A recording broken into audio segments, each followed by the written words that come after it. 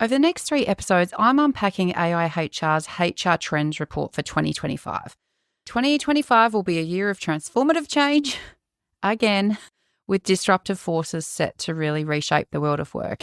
And this episode focuses on how technology and AI are now the business reality, transforming how organisations function at every level.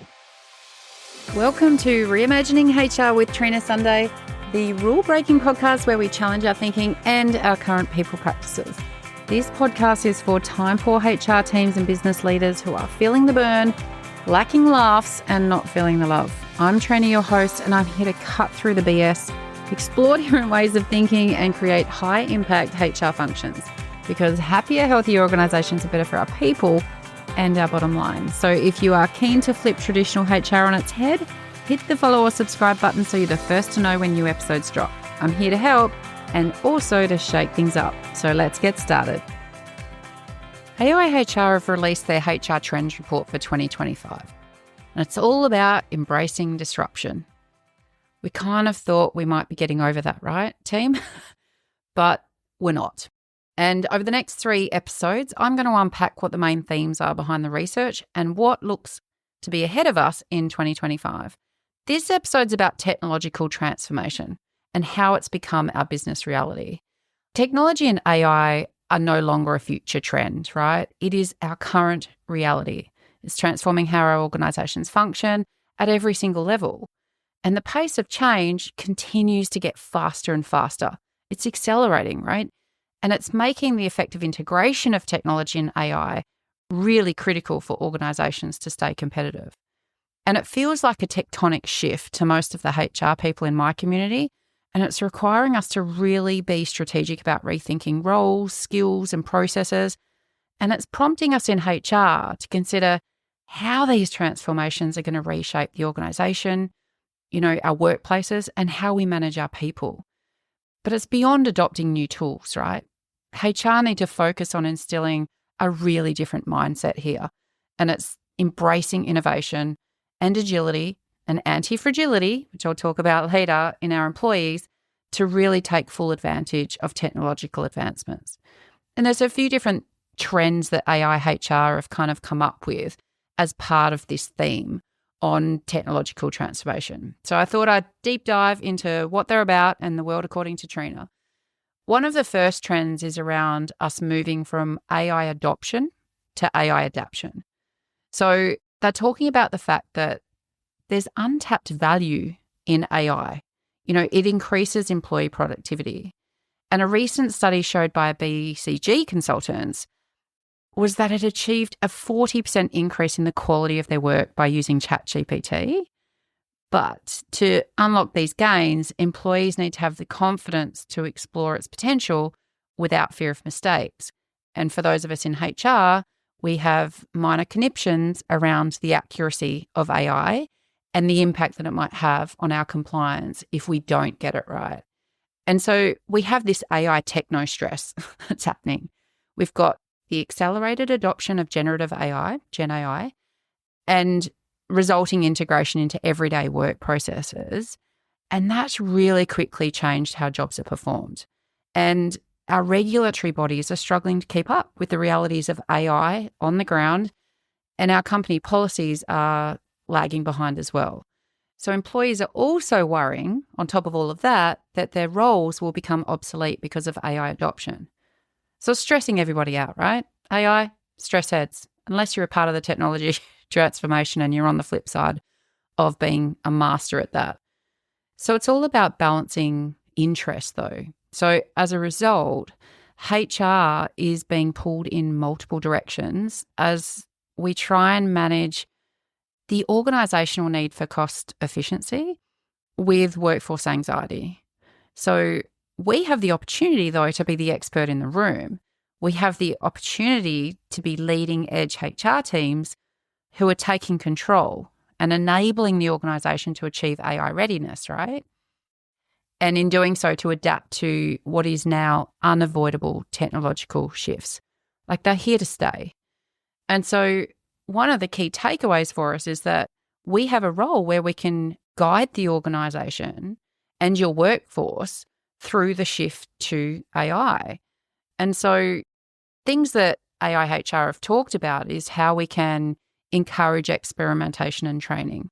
So how do we offer really comprehensive training that boosts skills and also reassures employees that AI is meant to change, augment their work and productivity, but not necessarily replace it. It can enhance it, right?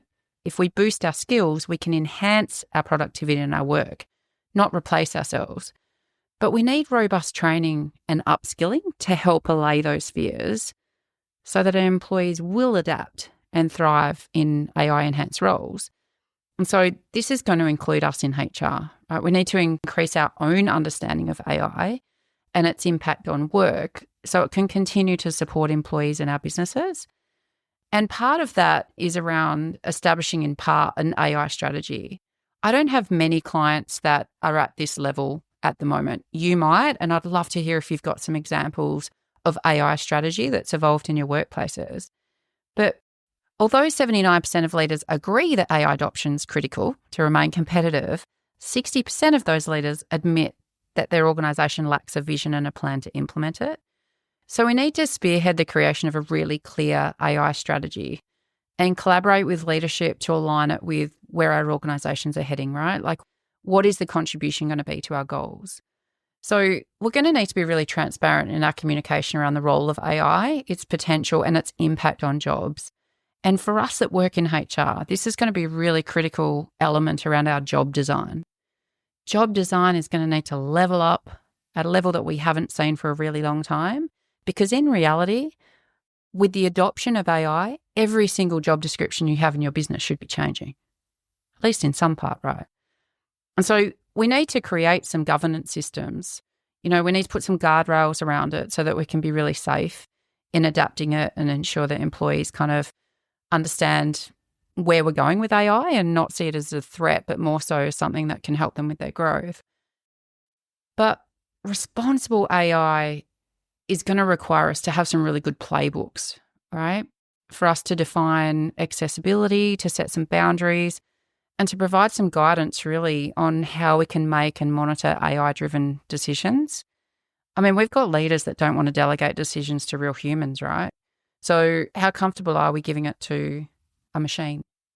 And in reality, if you're listening to this and thinking probably more comfortable than the humans in our organisation, maybe lean into that because it's probably telling you something else about how you view your workforce. But really, at the end of the day, we want to help employees view AI as an asset rather than a strength. In terms of AI in HR, one of the things that I've been looking at, and I've been looking at the AIHR report to see if it gives me some insight into this, is whether AI in HR is being hyped up or underestimated. But I really do feel like and agree with AIHR's report where they talk about HR missing key opportunities really to improve our efficiency and our effectiveness through AI. Like, we are traditionally rooted in compliance and we're a bit risk adverse. We're always trying to protect our organisations from biased decision making, right? Legal risk, data breaches. And this has slowed the adoption really of new technologies. We've been a bit slow in the uptake, right? So AI adoption's had a real lag, and HR professionals, and especially those in my community, haven't really integrated AI into their workflows. So while 34% of marketing departments regularly use Gen AI, only 12% of HR departments have adopted it.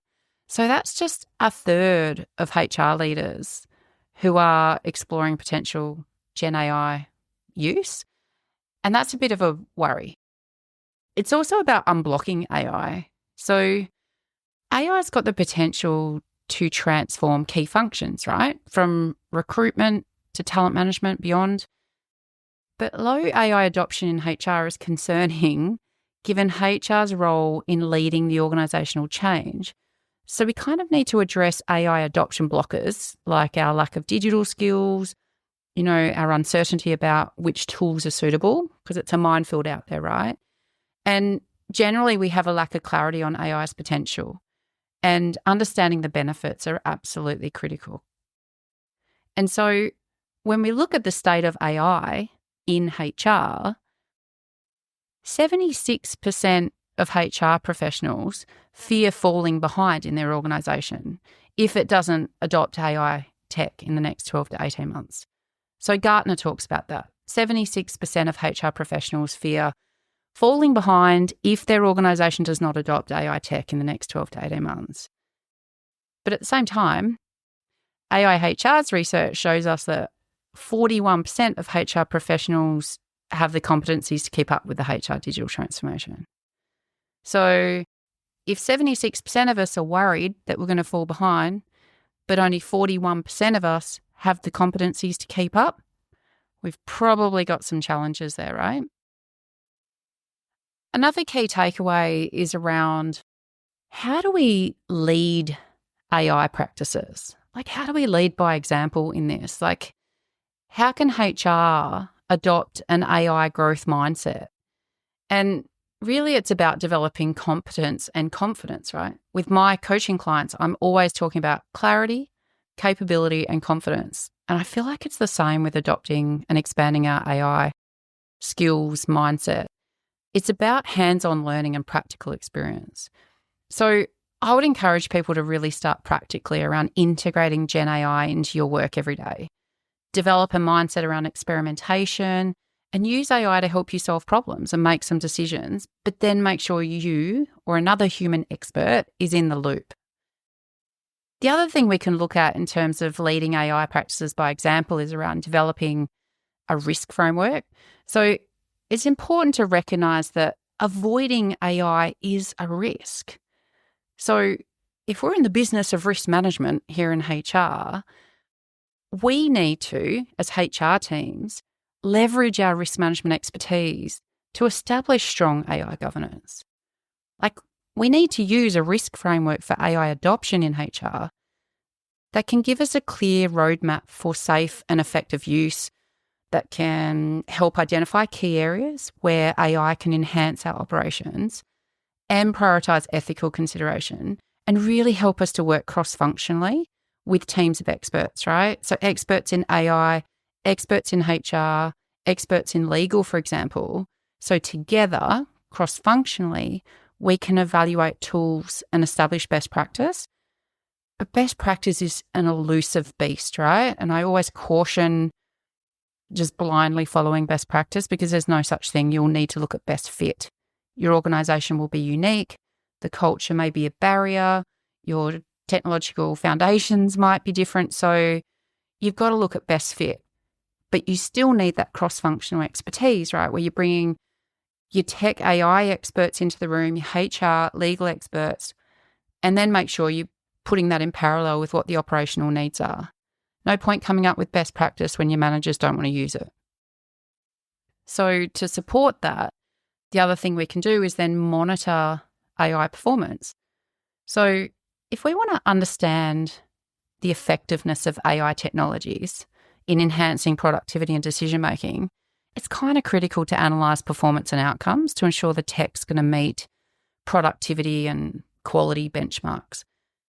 So we're going to need some regular assessments and adjustments to optimise AI applications so that we can kind of use them in a wider array of tasks and make sure that we've still got alignment.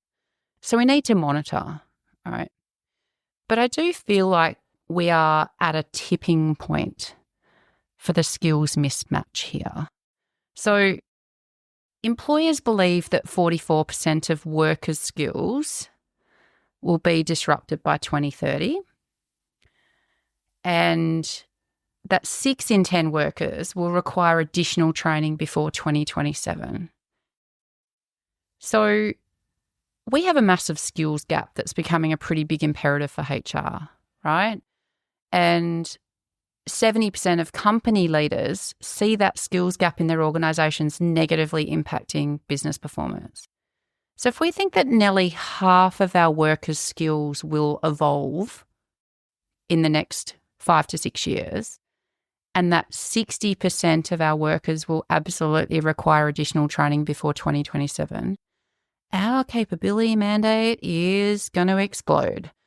And it's becoming a tipping point, right? So there's going to be new standards for this. The skills needed in workplaces are rapidly shifting as this new tech emerges. And organisations are struggling to really clearly identify and anticipate the skills that are needed in the medium and the long term. So where that leaves us is pretty vulnerable, like vulnerable of decreased productivity and innovation and not being competitive because the market is evolving all the time. And so that's going to create a really widening gap. So AI is reshaping labour markets, and 60% of jobs are becoming automated or augmented. So they're changing in some way, right? So we need to bridge that massive skills gap in our organisations, and we're going to need to fundamentally rethink our approach to workforce management, because if we don't have strategies in place before the end of 2025, so at the time that this episode drops, that's a year from today, if over the next 12 months we don't have really good strategies in place for addressing the widening gap, then we're going to have massive operational disruption, because the skill mismatch is going to be too great for us to recover from.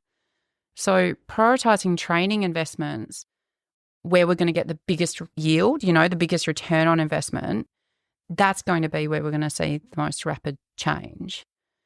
So another key takeaway for us is that we really need to pivot off the back of that to a really genuine skills-based approach.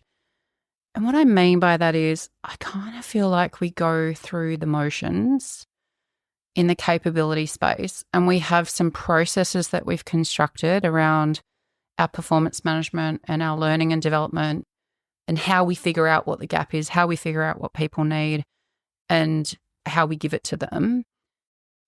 In some organisations, it feels a bit, I don't even know how to describe it, just not disingenuous, but not hitting the mark, right? So we need to identify core skill gaps. We need to collaborate with the business. We need to define and forecast skill requirements based on your industry and the technological advancements. So coming off the back of that, we're going to need to create a really detailed skills matrix, taxonomy, something, to identify both the current and the future skills requirements that will drive success in each role in our organisation. And that skills matrix will serve as a foundation, right, for our talent management.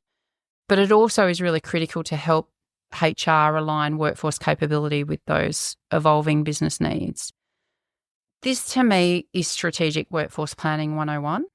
And it's not about manpower or resource planning. This is where we deep dive. It's not just the number of people that we have in certain occupational groups, it's the skills that those areas of our workforce need. And so we're going to need to acquire, develop, and deploy the right skills for us to be able to move forward. And what I mean by that is we need to establish development opportunities and hiring practices, our talent acquisition, recruitment functions that address the skills gaps. So this is what I mean by saying we need to prioritise training investments where they're going to get us the biggest bang for buck. And we're going to need to align our talent acquisition and development and performance management with that skills-based approach. So if we're not allocating and redeploying employees to different roles or projects as needed, we're not going to be helping our employees to explore new career paths. And that's not going to help them expand what their skill sets are, and the gap's going to continue to widen. So we really do need to integrate our technology solutions and implement talent marketplaces, really. Like the conventional approach to this is the job, it sits in this team, here's the position description, stay in your lane. Those days are over. Those days are over. We're going to need to have a fluidity around the fact that we're going to need strategies to help us close the gap with technology by moving some people around. You may have people that have mad skills sitting over here on the left, but they're not required to use those skills in the job that they have. But how cool would it be if we knew what those mad skills were so that we could redeploy them or deploy them to projects on the right where they're going to be able to add significant value? So AI and automation can help standardize skill matrices in some areas, but it also infers that skills from job roles and training might help maintain an up-to-date skills inventory of sorts, and also help us to identify emerging gaps and training needs. But having a talent marketplace that can offer an immediate solution to address skills gaps by enabling kind of more flexible work and skills-based internal mobility, it's going to be key. It's going to be key. And so one of the things that I talk about, and even in a HR context, people talk to me about qualifications all the time. And I'm a bit of an anti-qualification person, but I'm also not naive in the fact that all of our talent acquisition algorithms and automation so far screens people out if they don't have a piece of paper. We need to look at that, because the reality is competence versus credentials, there is a 4-fold increase in job adverts at the minute without degree requirements. But you know what? Only 1 in 700 hires is actually a skill-based hire based on competence over the credentials.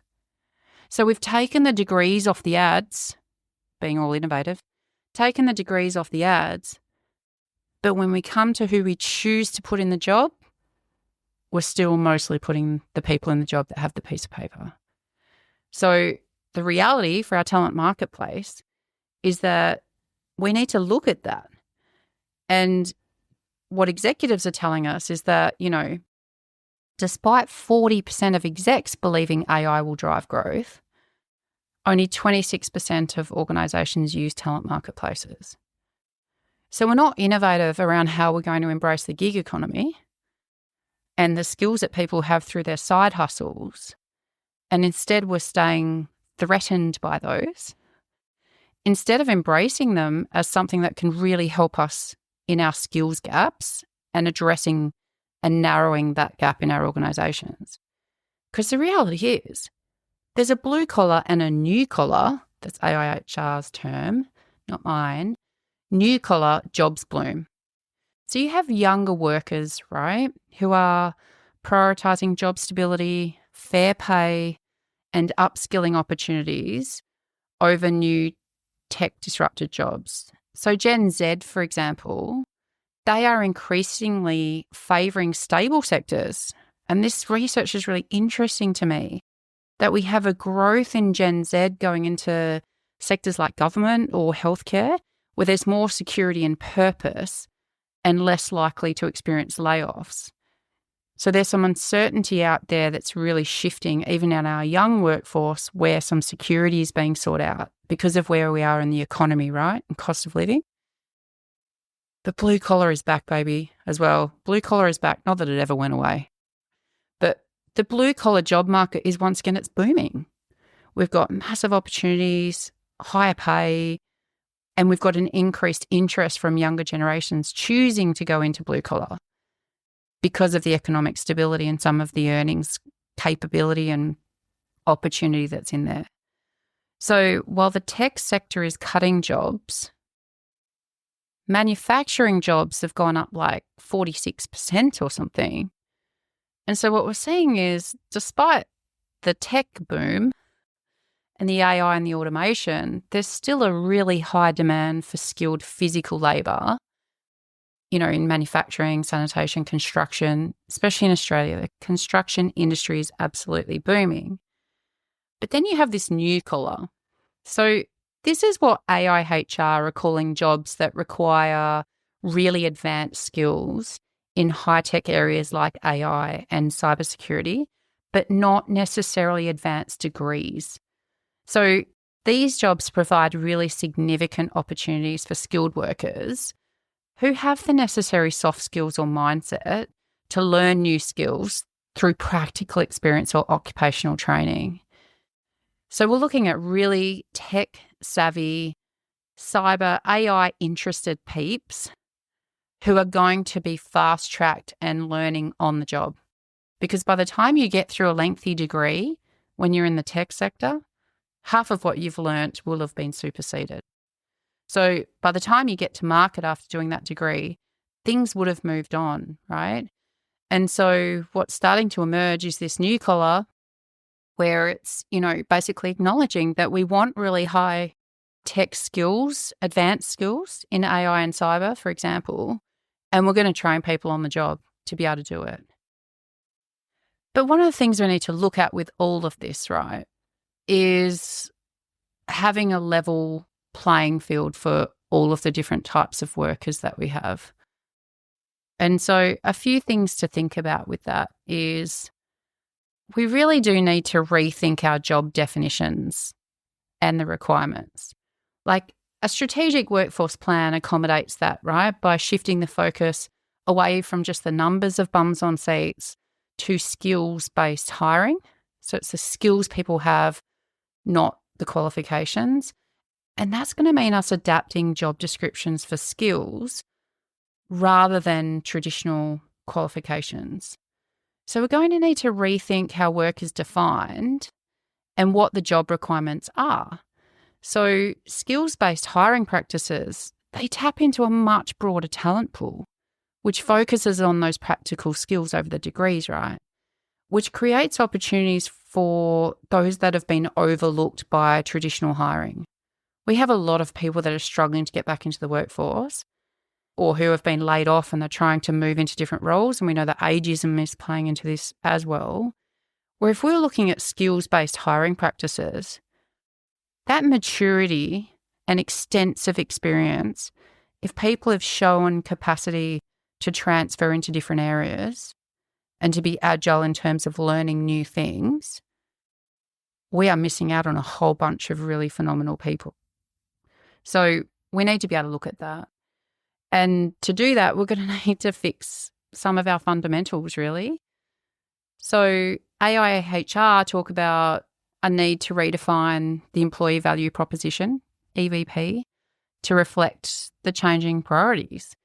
So EVP is much more than just this employer brand brought to life advertising campaign, right? EVP done properly is where we see an alignment between what's written on the label to what's in the jar when people start.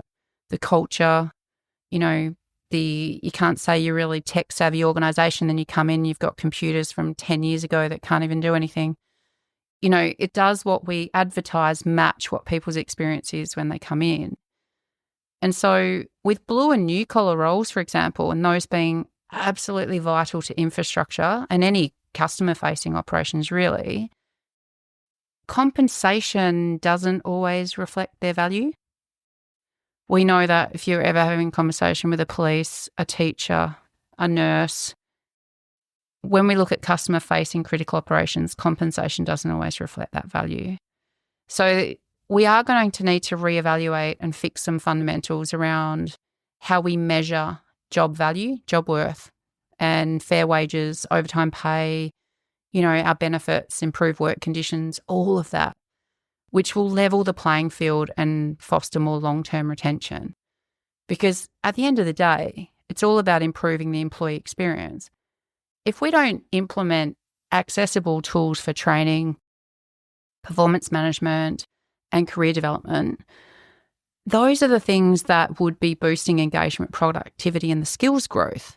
Like the key, right? The key elements for talent attraction and retention, especially if we've got deskless workers who lack access to resources and feel completely disconnected from all of these advancement opportunities I'm talking about. I have clients who have field operative workers who never come into an office and barely turn on a computer. Some don't even have email addresses. So as we strive for this really technologically savvy, disruptive world in 2025, we need to keep that in mind. Because at the end of the day, there is a shift towards trades at the moment. So, due to increasing college costs and student loan debts, HECS debt in Australia, we expect to see more and more youth who are choosing trades to give them a really stable, good earnings and the side hustle, the things that are going to light them up. And often that workforce that I just talked about is overlooked and under-resourced, and that's our deskless workers who make up 80% of the global workforce. Yet do you know how much they receive of our software spending, like our computer budgets? 1%. there's a lack of training and limited growth opportunities because we're like, well, don't have a computer. Why bring them into the conversation? So as I close out this chat and this reflection on the AIHR HR Trends Report for 2025, I think we need to reflect on the incredible shift that we are witnessing, where technology and AI are no longer on the horizon, right? They're here. They're reshaping every aspect of how businesses operate. And the pace of that change, it's only accelerating. It's getting faster, and it's challenging us in HR to step up and lead the way. So this isn't just about adopting new tools. It's about reimagining roles, redefining skills, and rethinking processes to keep pace with the transformation. HR has a unique opportunity to foster a culture of innovation and agility and resilience, and enabling organisations and people to thrive in a really, really cool dynamic landscape. So what if we reimagine HR to embrace these technological possibilities, to spark growth and create impact? Imagine that. Before you go, this episode's the first of a 3-part series unpacking AIHR's HR Trends for 2025 report. So tune in to our next episode where I explore the shifting talent dynamics and the roads that led us here. See you soon, Game Changers. Thanks for tuning in and leaning in to this week's episode as we look to reimagine how we show up for our people, organisations and community. Reach out to us via our website at reimaginehr.com.au with your HR horror stories or suggestions of people you'd love to hear from or topics you want to explore. It's all about people, purpose and impact, and we are here for all of it. Until next time, take care, team.